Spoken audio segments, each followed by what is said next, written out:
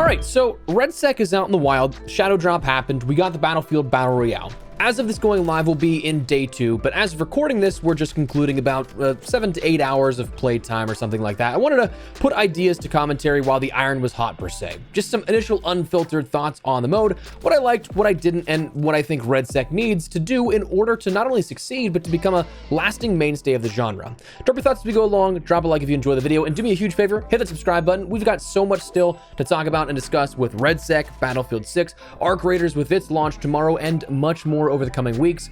I'd love to have in the community. There's so much gaming content to talk about, especially if you're a shooter fan. A lot of stuff up on deck. But for now, let's get into it. So firstly, a little disclaimer. This is probably going to be a little bit all over the place in regards to some of these thoughts. I'm going to miss some things, absolutely, but these are the things that stuck out for me again after coming off of our play sessions here all day. Starting out with the pros, the things that I did like. Personally speaking, I was a fan of the fact that there wasn't really any like massive performance issues that I had personally noticed.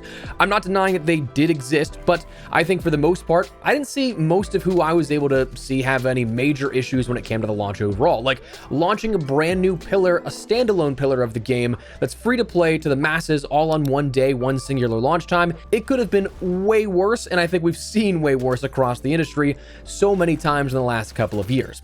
One thing that I did find odd was the fact that I did get kicked when spectating and I was dead from my team. I got kicked one time from that, so that was an oddity, but like I didn't crash or anything like that. I didn't have any issues in that regard, so I'll take that as a positive. The map had some points where visually I thought it was pretty stunning. I know that I saw comments that people were complaining about some of the graphics and everything, but like to me, playing on maxed out settings, maybe that's just me, but I feel like there were many picturesque areas that produced some pretty cool cinematic looking shots and sequences. Like there were quite a few moments in my group's play sessions where my squad was like, we just did a trailer moment. And it honestly probably could have fit in one of those trailer moments. The gunplay and movement I personally thought felt pretty crisp. I mentioned it in my stream. Someone asked like how it compared to Warzone for someone who may want to try it out.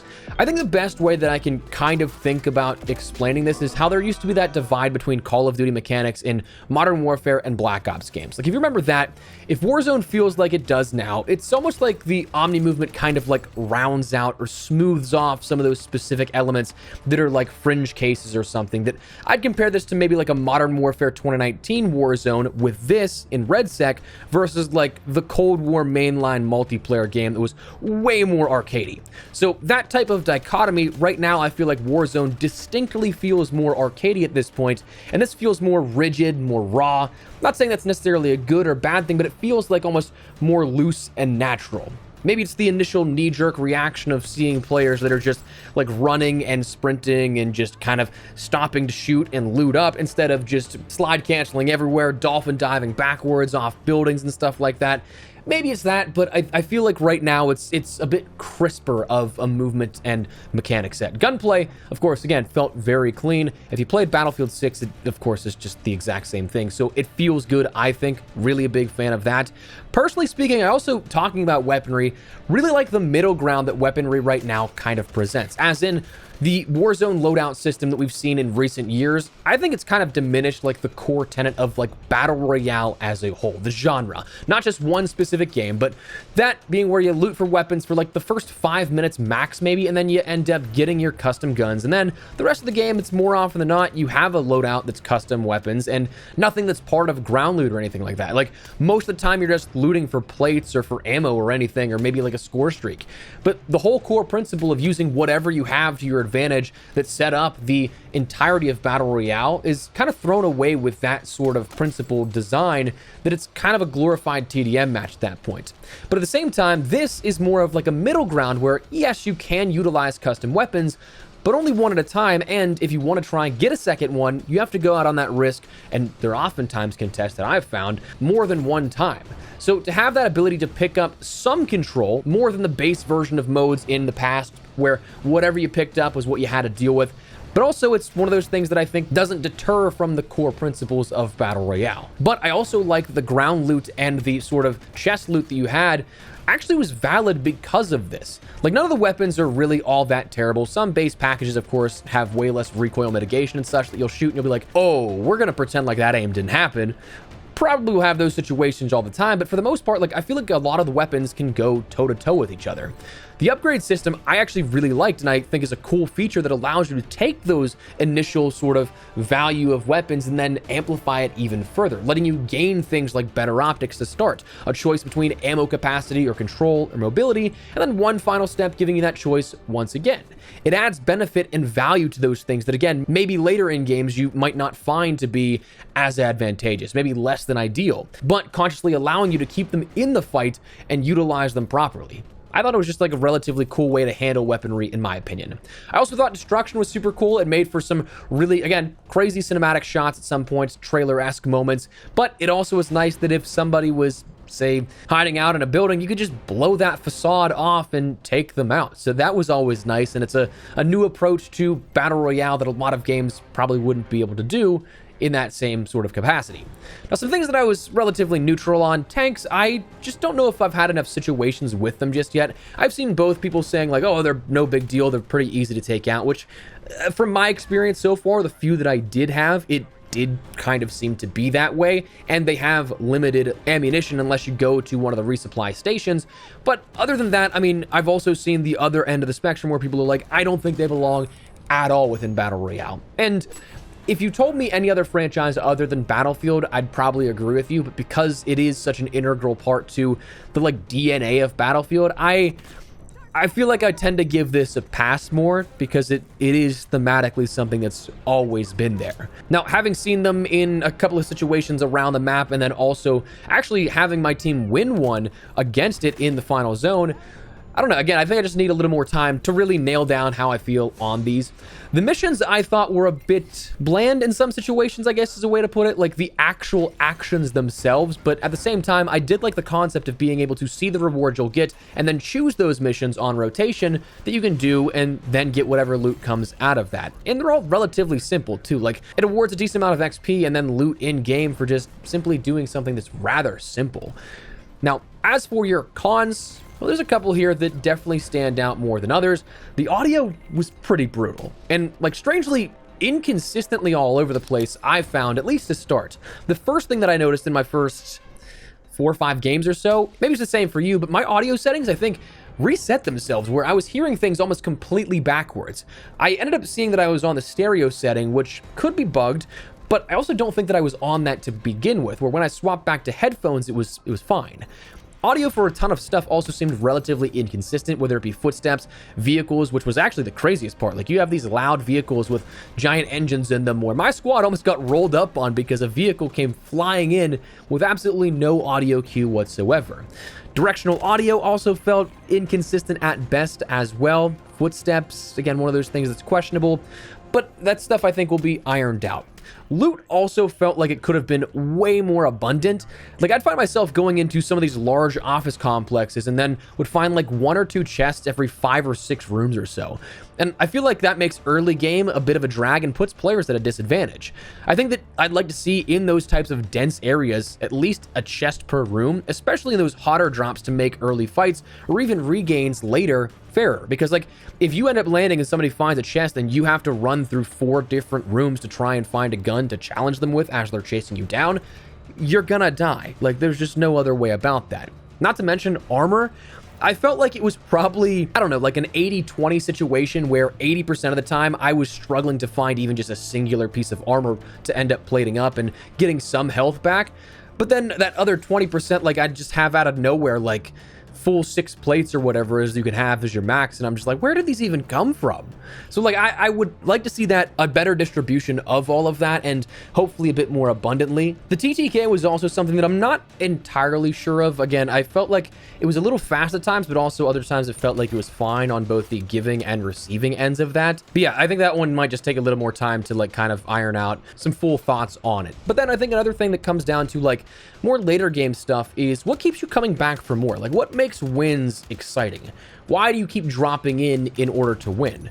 The whole BR formula, I think, has kind of been done so much, right? Like almost outplayed to a degree. This I would consider a late entry into the genre. So what makes it exciting anymore? Frankly, after the novelty of the first few wins wore off, while as a competitive person, I still wanted to win consistently. I did just feel like that flair or excitement of getting that final kill to win the match was more and more short-lived until it was just another kill in the BR and I'd be heading back to the lobby. Whether again as a result of being a late entry into the market or an inherent lack of intrigue in the gameplay loop, I'm not entirely sure what it is, but like, what gives a win those stakes, that value, you know? I think firstly, something needs to be done to increase the intensity of that to make those moments a little more tense, where a lot of my wins came down to the point where it was a massively open area. There really wasn't any tense situations where I had to play for some incredible positioning, or there could have been somebody that could have flanked us and taken us all out with those hero plays. A lot of my wins didn't come down to that final circle. In fact, I think only one of them did, where it came down to that wire of who had the worst rotation to the final zone. Admittedly, on like 3 hours of sleep, I'm lacking the proper weight, I guess, to adequately convey what I think could be done.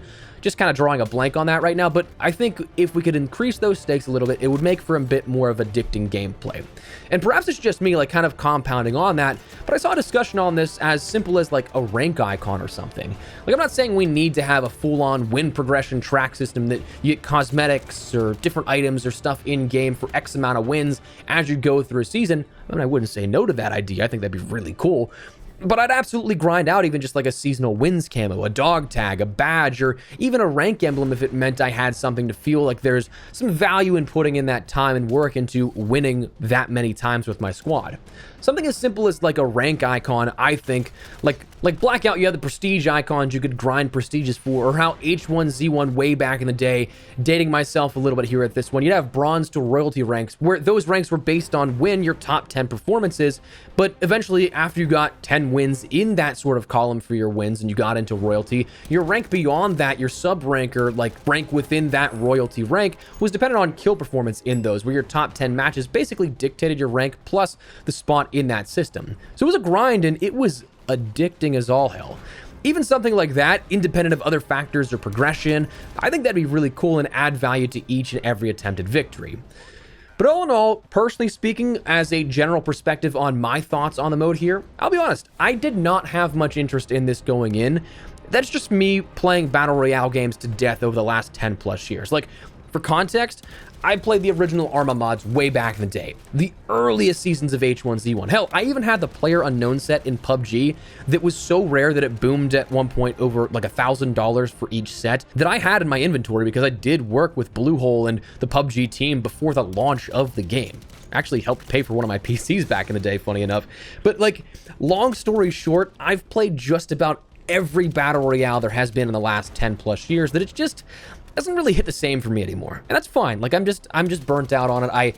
I've had that phase of my gaming life. I just genuinely wanted to see what this was like. I mean, it's a new piece of content in a game that I'm otherwise already really enjoying. I will say, while I find flaws in it, while I find the good in it, I did actually enjoy it a lot more than I thought that I would. Do I think it's perfect and nails everything? Very clearly not, but it's got good bones, I think. I think that this is currently in a good position to light a fire under the existing industry, making a name for itself while also pushing its competitors to be something that fights for the player's playtime. Thus, as we've talked about plenty of times with competition, making the experience for us, the player, the best that it can possibly be, because they're going to only put that best foot forward on what they have on offer, and so will their competitors. What I'd like to personally see is some additional items of interest, like Easter eggs or events and rewards to keep players coming back regularly, because the only fear that I really have for this ultimately, I think, is where it excels at giving players another option on the market, it has the potential to fall short because of that. Like, it hit the ground running. I think today's launch was an absolute success for the Redsec and the Battlefield teams at large. But I think it needs to still round that turn and keep the momentum going to solidify itself as something that won't be dead in a month or something like that. Like, do I think that will happen? No. But, like, you know what I mean? Like, sustaining this player base, this anticipation, this hype that has been building, and do with it a positive thing for the franchise and this project as a whole of Redsec. This is entirely dependent upon the plans that Battlefield Studios has for it. What makes this game as a late entry into the genre stand out? What makes it special to produce that staying power? That's the thing that I think the teams behind this need to answer, and truth be told, as a player playing 7 to 8 hours here today, I don't know that I have those answers immediately, but I think it's in a prime position that it can have success. We just have to see what comes of the next couple of weeks and the longer term plans, I guess, before we can really say anything explicitly. But anyways, that's where we're going to wrap it up. Just wanted to fill you guys in on some, again, rather unfiltered thoughts, some stuff that just is coming to mind here after playing my first full day of Redsec. Let me know your thoughts down below. Do you guys agree with the thoughts here that we have with this? Not so much. Whatever the case, drop your thoughts. But if you guys enjoyed the video, you found it at all insightful, do me a favor and drop a like on it. And of course, if you are new to the channel, make sure you subscribe so much a single thing regarding all things Battlefield 6, Redsec, Arc Raiders, and even more FPS content. I'd love to have you in the community, but for now, thanks so much for watching. My name is Espresso. I'll see you later. Take care and peace.